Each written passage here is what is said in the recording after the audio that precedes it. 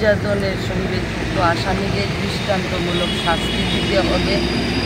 নির্যাতনকারী FIR করতে গেলে থানা তাকে যথাযথ সাহায্য করতে হবে, যাতে সেখানে বলা না হয় যে মণ্ডলের সঙ্গে কথা বলে আপনারা মীমাংসা করে নিন, এই ধরনের কথা যাতে না শুনতে হয়। এবং যিনি মামলা আয়ু উনি যাতে সেখানে সঠিকভাবে ভূমিকা গ্রহণ করেন। তাছাড়া নির্যাতিতা নারী তার মামলা করার পর তার নিরাপত্তার ব্যবস্থা যাতে করা হয় এবং শারীরিকভাবে যারা নির্যাতিত হয়েছেন তাদেরকে সরকারিভাবে চিকিৎসার ব্যবস্থা করতে হবে।